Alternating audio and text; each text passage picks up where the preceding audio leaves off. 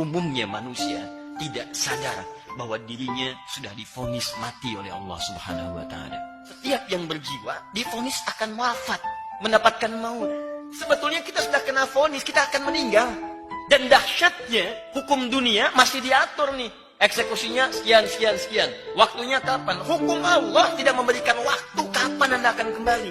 Bisa jadi malam ini Anda pulang. Bisa jadi besok. Masih beruntung kita diberikan kesempatan Ramadan yang lalu. Ada sementara orang yang bahkan tidak mendapatinya.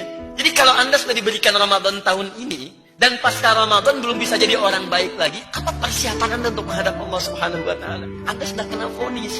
Jadi kalau kita tidak mempersiapkan diri dengan baik, maka Allahu Akbar. Dan persiapan terbaik itu, buktikan diri kita menjadi hamba yang baik di hadapan Allah Subhanahu wa taala. Pulang dari sini, tolong ingat-ingat saat akan tidur, Anda sudah divonis.